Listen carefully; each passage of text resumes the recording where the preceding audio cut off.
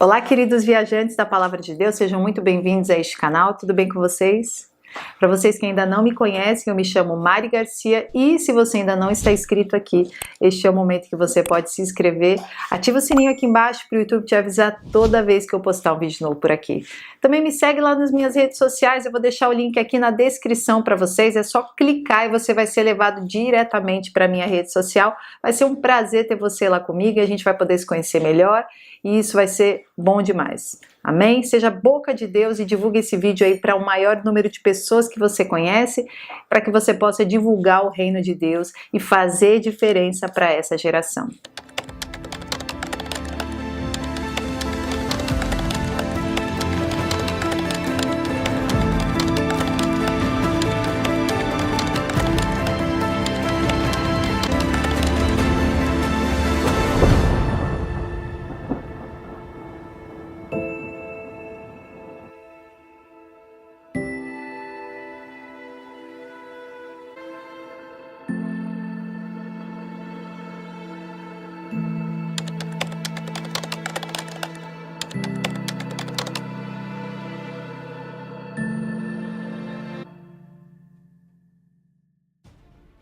Quando um espírito imundo sai de um homem, passa por lugares áridos procurando descanso, e não o encontrando, diz: voltarei para a casa de onde saí. Quando chega, encontra a casa varrida e em ordem. Então vai e traz outros 7 espíritos piores do que ele, e entrando, passam a viver ali. E o estado final daquele homem torna-se pior do que o primeiro. Ao ler a Bíblia, descobrimos que existem inúmeras referências aos deuses. Quando pensamos no termo deuses, de antemão, pensamos nos deuses do antigo mundo greco-romano, nas muitas divindades adoradas ao redor do mundo em diferentes culturas e países. Associamos esses deuses a ídolos e imagens que foram construídos para representá-los. No entanto, a Bíblia, em ambos os testamentos, revela que estes deuses são entidades espirituais, governantes e autoridades, poderes deste mundo sombrio, forças espirituais do mal, no reino espiritual invisível dos céus, que estão a trabalhar neste mundo caído, nas vidas e nos corações de todos os que ainda não têm Jesus. Como está escrito, o mundo inteiro jaz no maligno.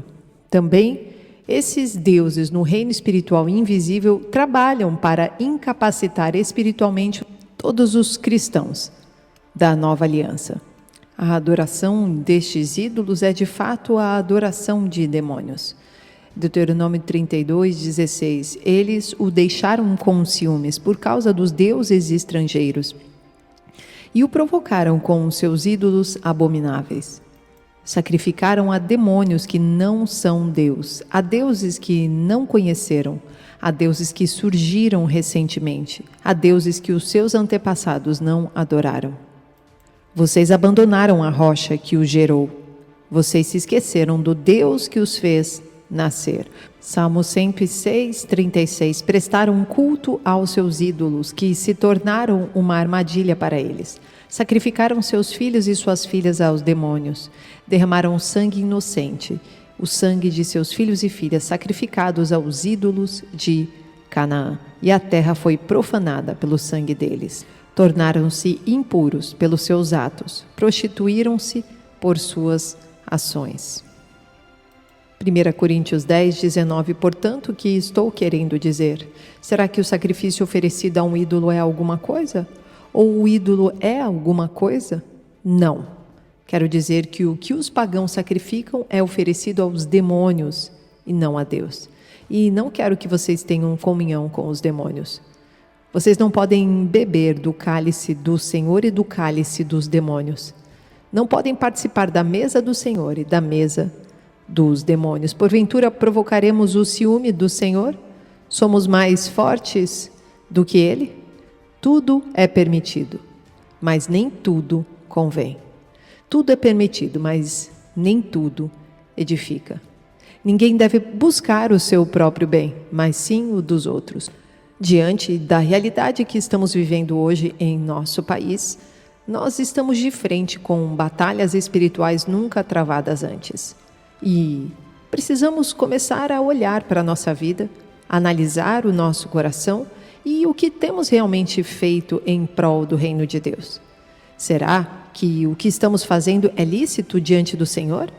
Ou será que nós estamos gastando nosso tempo apenas olhando para o erro do outro e esquecendo de arrumar a nossa própria casa? O Senhor tem urgência em fazer com que os teus filhos se desviem dos seus ídolos e dos seus deuses escolhidos por toda a terra. Nós não podemos perder o foco da adoração ao nosso Rei, o único Senhor e Salvador. Os ídolos vêm em muitas formas hoje no mundo. Pode ser o amor ao dinheiro, ao poder, à pornografia, drogas, esportes, entretenimento, à sua carreira, aos seus bens materiais, vício em jogos de realidade virtual, vídeos com conteúdo impróprio. Mas não é errado assistir um esporte. Porém, se isso se tornar uma obsessão e nos encontrarmos gastando o nosso tempo todo assistindo, negligenciando ler as nossas Bíblias, orar ou perdendo comunhão com outros cristãos ao redor do mundo, então se torna um ídolo e pode abrir portas para atividades demoníacas em nossa vida, mesmo sendo cristãos. E isso pode parecer um pouco extremo para alguns de vocês, mas é a realidade que enfrentamos diante de uma guerra espiritual que estamos travando com Satanás. Podemos gostar de certos filmes que não são maus necessariamente, mas se nos viciamos em assistir tanto que se torna um vício e uma obsessão, ocupando todo o espaço do nosso dia a dia, se torna um ídolo. Qualquer vício em qualquer coisa deste mundo, incluindo até relacionamentos humanos, pode se tornar uma idolatria. Acaba ocupando o lugar de direito de Deus em nossa adoração. É claro que há coisas saudáveis e passatempos na vida que podem ser desfrutados, mas sempre com muita atenção para não destronarmos o Senhor no altar do nosso coração, sendo o centro de controle da alma. A idolatria, de fato, é uma questão da alma humana. É composta do nosso intelecto, emoções, vontades e as nossas ações. Acabam sendo um resultado do interior da nossa alma e do que está dentro do nosso coração. Mateus 15:19, pois do coração saem os maus pensamentos, os homicídios, os adultérios, as imoralidades sexuais, os roubos, os falsos testemunhos e as calúnias. Essas coisas tornam o homem impuro, mas o comer sem lavar as mãos não o tornam impuro. Lucas capítulo 6, versículo 45, o homem bom tira coisas boas do bom tesouro que está em seu coração, e o homem mau tira coisas más do mal que está em seu coração, porque a sua boca fala do que está cheio o coração.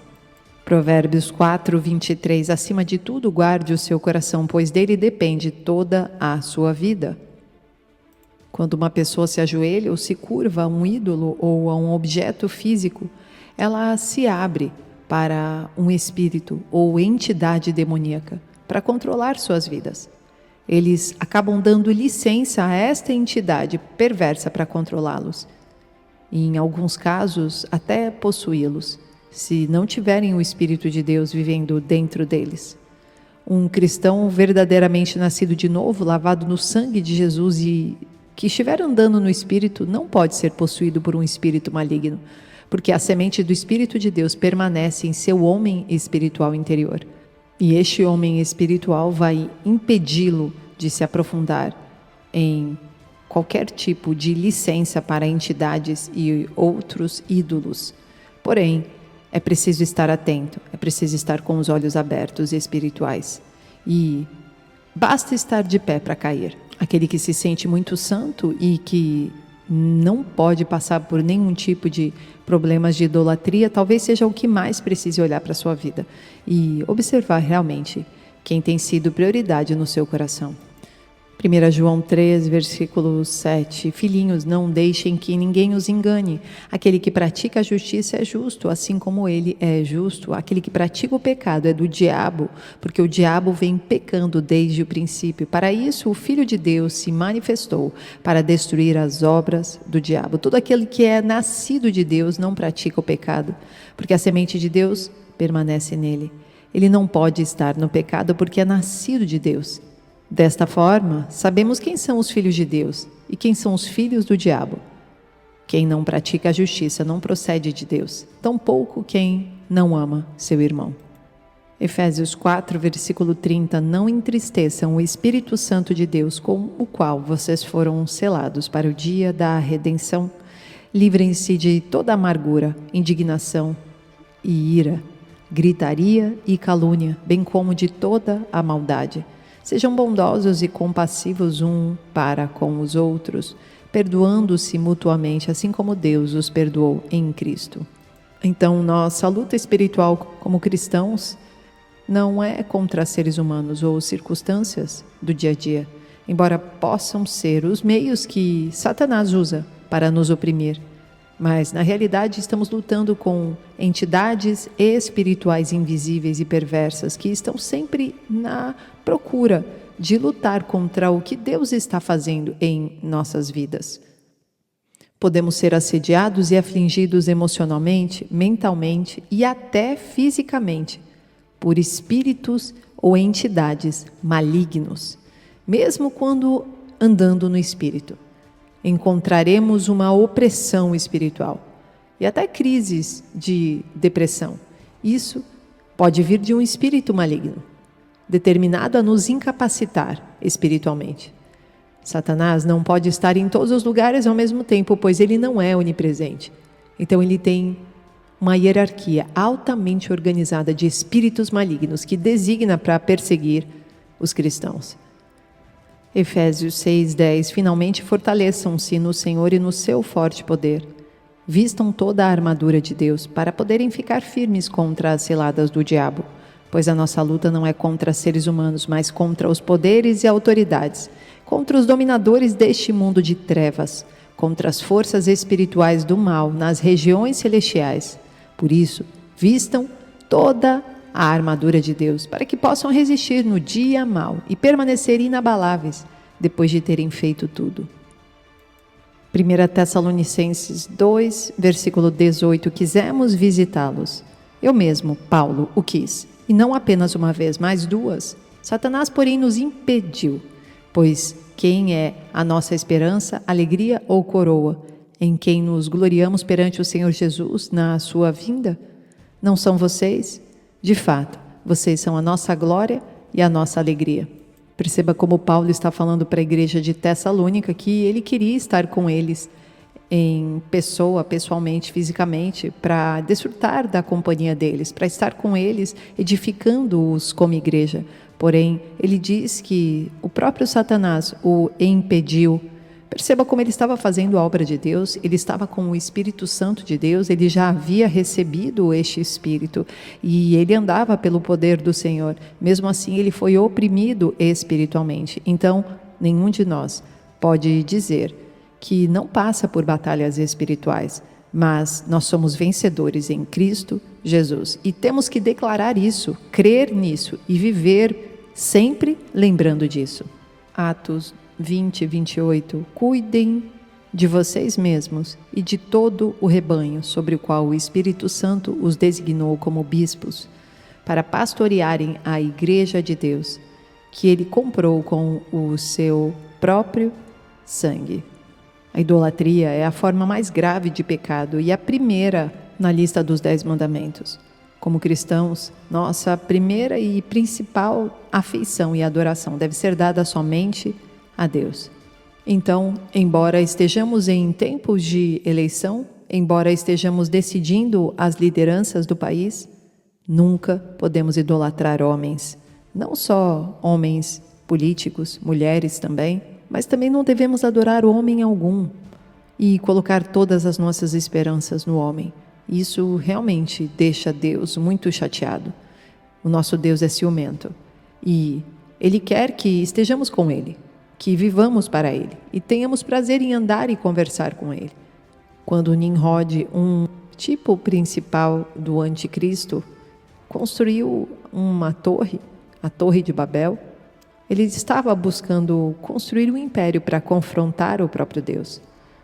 Dizem que ele estava furioso por Deus ter enviado o dilúvio. Também é dito que no topo desta torre, ou zigurate, havia uma forma de símbolo oculto, um portal pelo qual os homens tentavam interagir com entidades no reino espiritual invisível. É claro que Deus acabou com isso. Como fará novamente com o anticristo e seu império no final da nossa era atual? A próxima infiltração da raça humana pelas entidades caídas, que habitam no reino espiritual invisível, aconteceu quando esses seres espirituais vieram à Terra e coabitaram com mulheres humanas, produzindo descendentes, como vemos em Gênesis. Muito provavelmente este evento foi a fonte original da mitologia grega, que retrata atos sexuais entre deuses e humanos, produzindo os famosos titãs, como Hércules, que eram meio demonoides e meio humanos. Esses deuses gregos, na realidade, eram entidades espirituais caídas, que de alguma forma foram capazes de transformar seu DNA para poder ter relações sexuais com mulheres humanas. As coisas se tornaram tão corrompidas, onde a imaginação do homem era totalmente má o tempo todo. Então Deus teve que destruir o mundo inteiro pelo dilúvio, exceto mantendo Noé, sua esposa, seus 3 filhos e suas esposas. Esses foram preservados e protegidos na arca da salvação. Uma figura que tipifica a cruz, a salvação que encontramos em Jesus. O dilúvio foi um tipo de prenúncio do julgamento final, que virá no fim desta era, em que estamos agora. Só que não mais pela água, mas sim pelo fogo. 2 Pedro 3, versículo 6. E pela água, o mundo daquele tempo foi submerso e destruído. Pela mesma palavra, os céus e a terra que agora existem estão reservados para o fogo, guardados para o dia do juízo e para a destruição dos ímpios.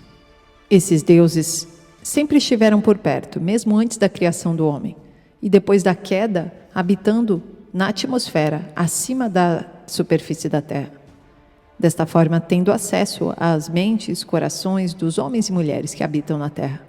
Esses deuses tiveram que ser desafiados pelo poder de Deus. Hoje, esses deuses voltaram com mais poder espiritual do que tinham naquela época. Isso porque Israel, como nação, e muitos cristãos, de maneira geral, se afastaram da palavra, se voltando para práticas e prazeres iníquos desses antigos deuses. Digamos que a apostasia trouxe para dentro da cristandade, hoje, práticas do mundo pagão, cativando a todos. Espiritualmente falando, quando alguém se arrepende e crê em Jesus para a salvação, o sangue purifica essa pessoa do pecado, quebrando todo demônio sobre sua vida. No entanto, para permanecer limpa, essa pessoa deve andar a cada momento sob o controle do Espírito Santo, evitando o contato com qualquer tentação que possa contaminá-la espiritualmente. Porém, se permitirem que o mundo e a carne se infiltrem em sua vida, seu estado espiritual no final será 7 vezes pior do que o seu estado espiritual anterior, antes de terem respondido ao Evangelho do Reino. Eles podem ter sido libertos de um espírito, mas ao voltar atrás, depois de colocar a mão no arado, eles permitem que mais 7 espíritos entrem e os contaminem. E então o estado espiritual será pior do que antes. O mesmo acontece para uma nação que uma vez respondeu ao Evangelho do Reino, mas com o tempo seus líderes se afastam, abraçando ideologias pagãs e práticas de deuses do mundo pagão. Dentre eles nós temos o deus Moloque, uma divindade cananeia associada à prática de sacrifícios de crianças. Não preciso ir muito além, não é mesmo?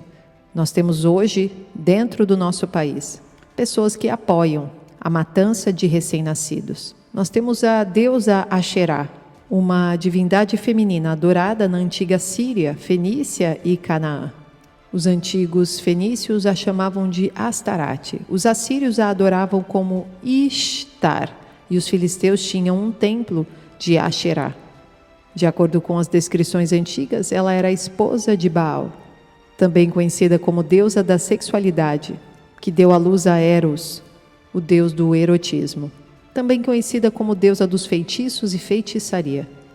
Ela tinha o poder de transformar uma mulher em homem e também de macular mulheres e feminizar homens. Em seu templo, os homens se vestiam de mulheres e relacionamentos do mesmo sexo eram comuns dentro dos locais onde esta deusa feminina tinha poder. Não preciso ir além para que você entenda que a nossa sociedade está sofrendo muito esses ataques de sexualidade, ideologias, o próprio feminismo e os demais desvios da sociedade.